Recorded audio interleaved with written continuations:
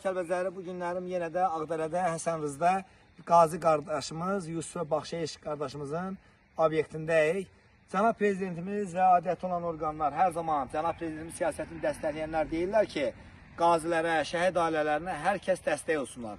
Amma təəssüflər olsun ki, bu günlərin bizə Qazi qardaşımız şikayətdə zəng elədi, bizə bildirdi ki, bax bu cür balaca bir yer, özdə heç təbiəti korlamamaq şərti ilə balaca bir yer götürübdür. Bura besetkalar qoyubdur ki, bax, bu ağacın altında və yaxud da ki, burada besetkalar olsun. Bunun təbiətə nə ziyanı var və insanlara nə ziyanı var.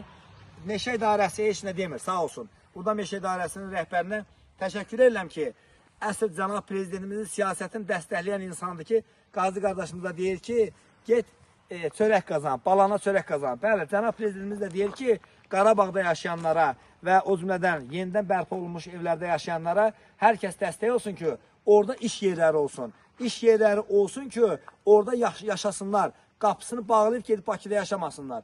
Yəni bu yerə kim dəstək olmursa, yəni Cənab Prezidentimizin siyasətinə dəstək olmayan insanlardır. Ona görə adiyyəti olan orqanlardan adlarını demirəm. Burada demək istəyirəm ki, bizim Qazi qardaşımıza dəstək olsunlar və burada olan obyektə köməklik eləsinlər. Bu bir nəfər işləmir ha.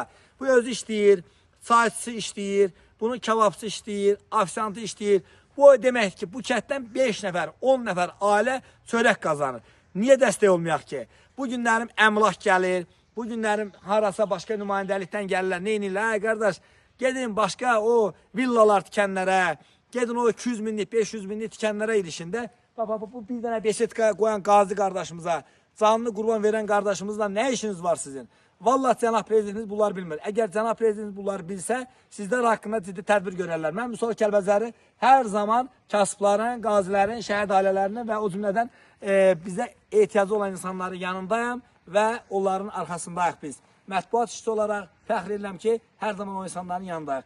Təşəkkürlər. Bugün 2026-cı il 25 iyun tarixidir və inanırıq ki, bu Qazi qardaşımızda ad soyadın Yusuf Baxşeyiş qardaşımıza dəstək olunacaqdır və şikayətlə də Cənab Prezidentimizə və adiyyəti olan orqanlara birbaşa şikayət edibdir və biz də inşallah o şikayət əsasında da gəlmişik. Təşəkkürlər, minnətdarım. Sağ olun.